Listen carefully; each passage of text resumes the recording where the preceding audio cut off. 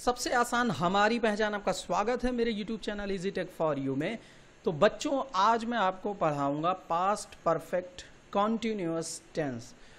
तो एकदम copy pen लेके आप तैयार हो जाइए, बस मेरे साथ आप बने रहिए, वीडियो को स्किप मत करिएगा। मैं आपको आज सिखा के रहूंगा, ये मेरा आपसे दावा है। चलिए शुरू करते हैं। पास्ट परफेक्ट कॉन्टिन्यूअस टेंस की पहचान की बात कर लेते हैं।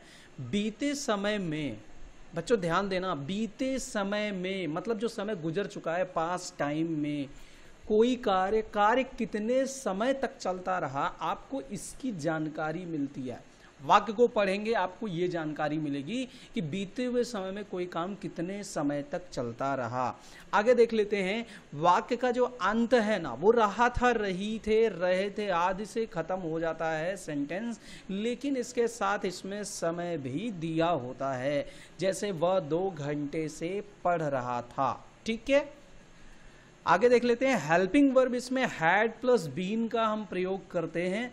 सिंस फॉर का प्रयोग करने का इसमें रिवाज है। सिंस और फॉर जरूर यूज होता है। सिंस यूज होता है बच्चों फिक्स टाइम के लिए, पॉइंट ऑफ टाइम डिनोट करने के लिए होता है, और फॉर का हम यूज करते हैं ड्यूरेशन ऑफ टाइम के लिए। मेन वर्ब की 4th फॉर्म लगती है, मतलब कंटिन्यूअस वर्ब या आईएनजी फॉर्म कह सकते हैं वर्ब की, वो इसमें इस्तेमाल की जाती है। आगे देख लेते हैं। अफर्मेटिव सेंटेंस से इसकी शुरुआत करते हैं। तो चलिए यहाँ पर देखते हैं पहला सेंटेंस क्या आ रहा है। पहले स्ट्रक्चर को जान लेते हैं, जिसपे हमें करना है ट्रांसलेशन। वो स्ट्रक्चर है subject plus had plus been plus verb की 4th form plus since oblique for plus other words. ये इसका स्ट्रक्चर है। ये रहा आपका ट्रांसलेशन। वह अपना काम 3 घंटे से कर रहा था। 3 घंटा क्या चीज है? 3 घंटा जो है ये फिक्स समय नहीं है। कोई भी 3 घंटे हो सकते हैं। 12 से 3 हो सकता है, 3 से 6 हो सकता है, 6 से 9 हो सकता है, कोई फिक्स नहीं, इसलिए इसके लिए फॉर लगाएंगे। ये ध्यान रखना आप बच्चों, ठीक है।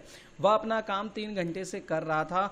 ही had been doing his work for 3 hours. ठीक है, आगे देख लेते हैं। मैं 4 बजे से पुस्तक पढ़ रहा था, तो इसका हो जाएगा I had been reading the book since 4 o'clock। Negative sentence में, निगेटिव सेंटेंस का जो स्ट्रक्चर है वो स्ट्रक्चर क्या है? Subject plus had plus not plus been plus verb की 4th form plus since oblique for plus other word का use कर लेते हैं हम। ठीक है, और एक चीज़ ध्यान रखना बच्चों कि जब भी अफर्मेटिव सेंटेंस होता है या निगेटिव इसको जब बनाते हैं तो ये हैड और बीन के बीच में नॉट लगा देते हैं। जैसे यहाँ हमने देखिए हैड और बीन के बीच में नॉट लगा दिया। यहाँ देख लेते हैं, वह अपना काम 3 घंटे से नहीं कर रहा था, तो हो जाएगा he had not been doing his work for 3 hours। ठीक है, तो ये था आपका नेगेटिव। आते हैं इंटेरोगेटिव सेंटेंस पे। इंटेरोगेटिव अच्छे से आप समझिएगा। ये रहा इसका स्ट्रक्चर। सबसे पहचान की हम बात कर लेते हैं। हिंदी वाक्य हमेशा क्या से शुरू होने लग जाता है, तो उसे हम इंटेरोगेटिव का फर्स्ट टाइप कहते हैं। देख लेते हैं इसका स्ट्रक्चर क्या है। Had plus subject plus been plus verb की 4th form plus since oblique for plus other word plus question mark. देख लेते हैं ट्रांसलेशन। क्या वह अपना काम 3 घंटे से कर रहा था, तो क्या होगा? Had he been doing his work for 3 hours। ठीक है, अगर इसका हम निगेटिव की बात कर लेते हैं यहीं पे साथ साथ में, इंटेरोगेटिव सेंटेंस अगर इसका बनाना है, इंटेरोगेटिव और प्लस निगेटिव, तो जब इसमें नहीं जोड़ देंगे तो हमको क्या करना पड़ेगा? ये हैड ही है ना, इसी के बाद हमको लगा देना है नॉट। ठीक है बच्चों, आगे बढ़ते हैं। क्या मैं 4 बजे से पुस्तक पढ़ रहा था, तो क्या होगा?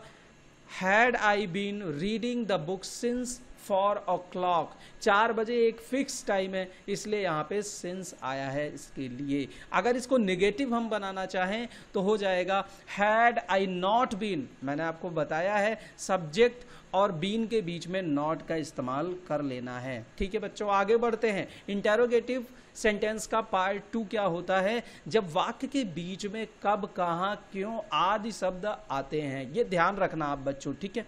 तो इसका स्ट्रक्चर की बात कर लेते हैं। क्वेश्चन वर्ड, पहले ट्रांसलेशन करेंगे। क्वेश्चन वर्ड का मतलब जो कब, कहाँ, क्यों आदि आया है, उस शब्द की अंग्रेजी सबसे पहले लगाएंगे। Then had plus subject plus been plus verb की 4th form plus since oblique for plus other word question mark.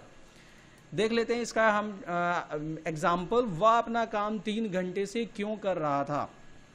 देख लेते हैं, why had he been doing his work for 3 hours. अगर इसका नेगेटिव हमको बनाना है स्टूडेंट्स, हम क्या करेंगे, ये जो हैड के बाद ये जो ही आया है ना, तो ही के बाद बस जस्ट आपको नॉट लगाना है, ही और बीन के बीच में। तो यहाँ हो जाएगा why had he not been. ठीक है, आई होप कि आपको ये चीज़ें समझ में आ रही होंगी। आगे बढ़ते हैं बच्चों।